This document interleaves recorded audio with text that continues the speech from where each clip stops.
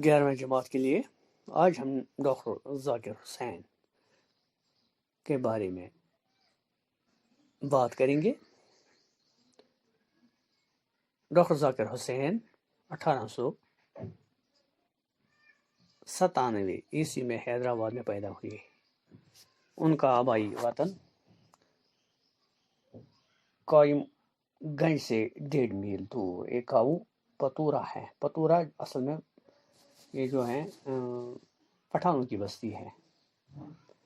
ذاکر صاحب کے باپ فدا حسین خان حیدرآباد چلے گئے۔ وہاں انہوں نے وکالت کا پیشہ اختیار کیا اور بہت جلد ان کی گنتی حیدرآباد کے بڑے وکیلوں میں ہونے لگی۔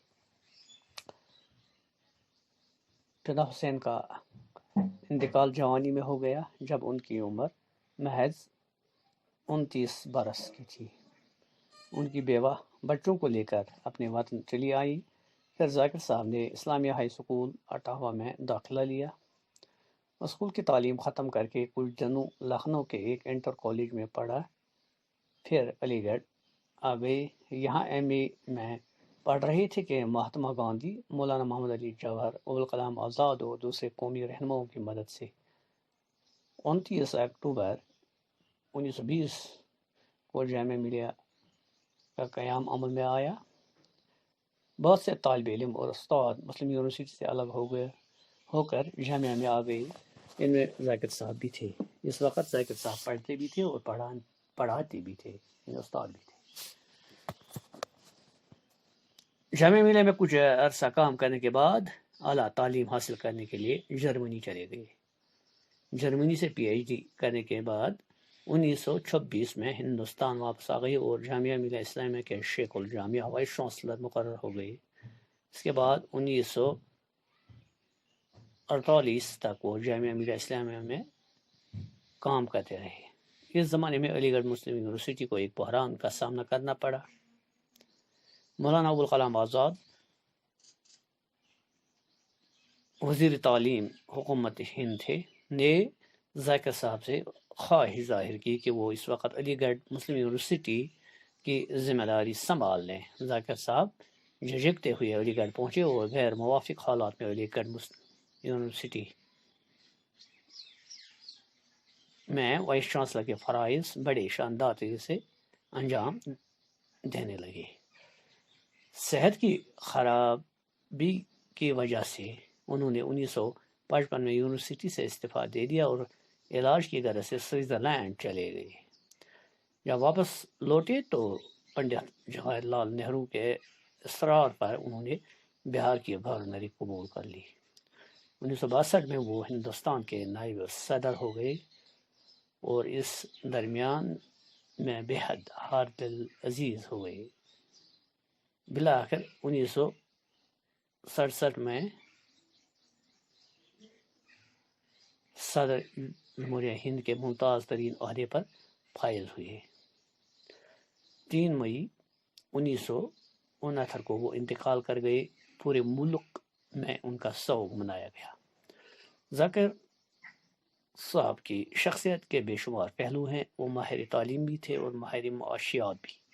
وہ ایک کامیاب انشا پرداز تھے۔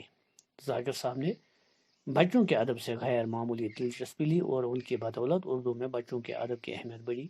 انہوں نے بچوں کے لیے خود لکھ کر اہم کام انجام دیا۔ ذاکر صاحب نے بچوں کے لیے کئی اہم کتابیں بھی لکھی اور تعلیم کے حوالے سے، تعلیم و تربیت کے حوالے سے بھی ان کی کتابیں سامنے آتی رہی۔ 11ویں جماعت کے لیے آج ہم ڈاکٹر ذاکر حسین کے بارے میں بات کریں گے۔ ڈاکٹر ذاکر حسین 1897 عیسوی میں حیدرآباد میں پیدا ہوئے۔ ان کا آبائی وطن قائم گنج سے 1.5 میل دور ایک گاؤں پتورا ہے۔ پتورا اصل میں یہ جو ہے پٹھانوں کی بستی ہے۔